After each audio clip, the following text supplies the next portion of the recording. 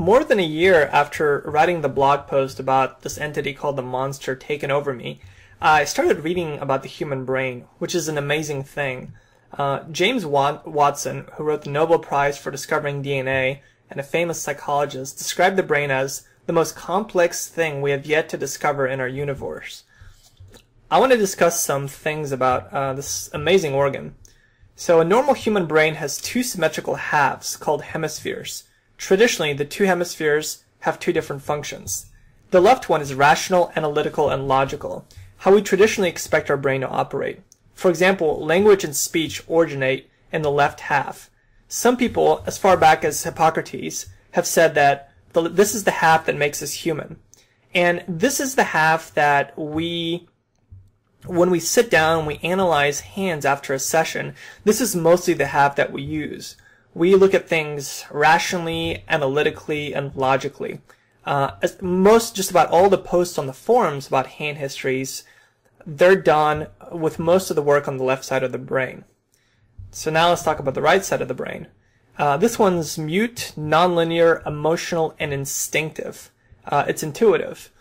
Some people have said that it's a remnant artifact of our primitive ways, the way people used to operate.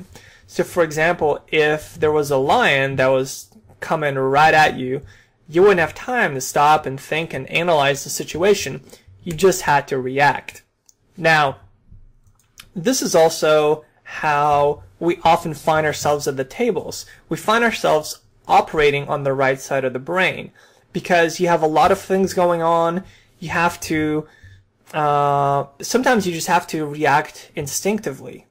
And this is the part, and you do end up feeling like a different person, because you're operating using a different part of the brain, and it's just going to feel different. So Daniel Pink, the author of The Whole New Mind, discussed numerous ways in which the left and right hemispheres are different. I already mentioned the left side is sequential, whereas the right side is simultaneous. So think about it this way. The right side is a picture, whereas the left side is 1,000 words. And when you're like writing up a hand history or reading one, you're using the left side of the brain, you're using language, you're trying to discuss things, whereas when you're playing at the tables, you're using the right side of the brain, and bam, you've got the HUD, you've got the experience of the money changing hands. You just have to make decisions on the fly. Secondly, the left side analyzes details, whereas the right side synthesizes the big picture. Again, when we are reviewing a session, we're analyzing all the little details, whereas when we're actually playing, we're trying to put all these things going on at once and make a decision based on that. So how does an understanding of human anatomy help us understand and deal with tilt? I would say the number one difference is when you are actually playing, you're going a lot more on instinct and you're reacting a lot more emotionally, whereas when you are studying and reviewing a session, you're thinking logically and I want to say rationally, but you're definitely being irrational, or there's elements of being irrational in both situations.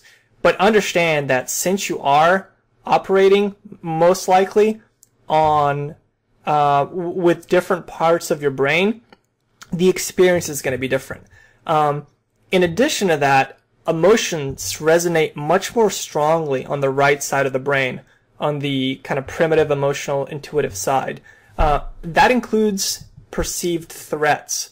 So if you feel like your ego, well, I should mention the perceived threats that we feel when we're actually playing.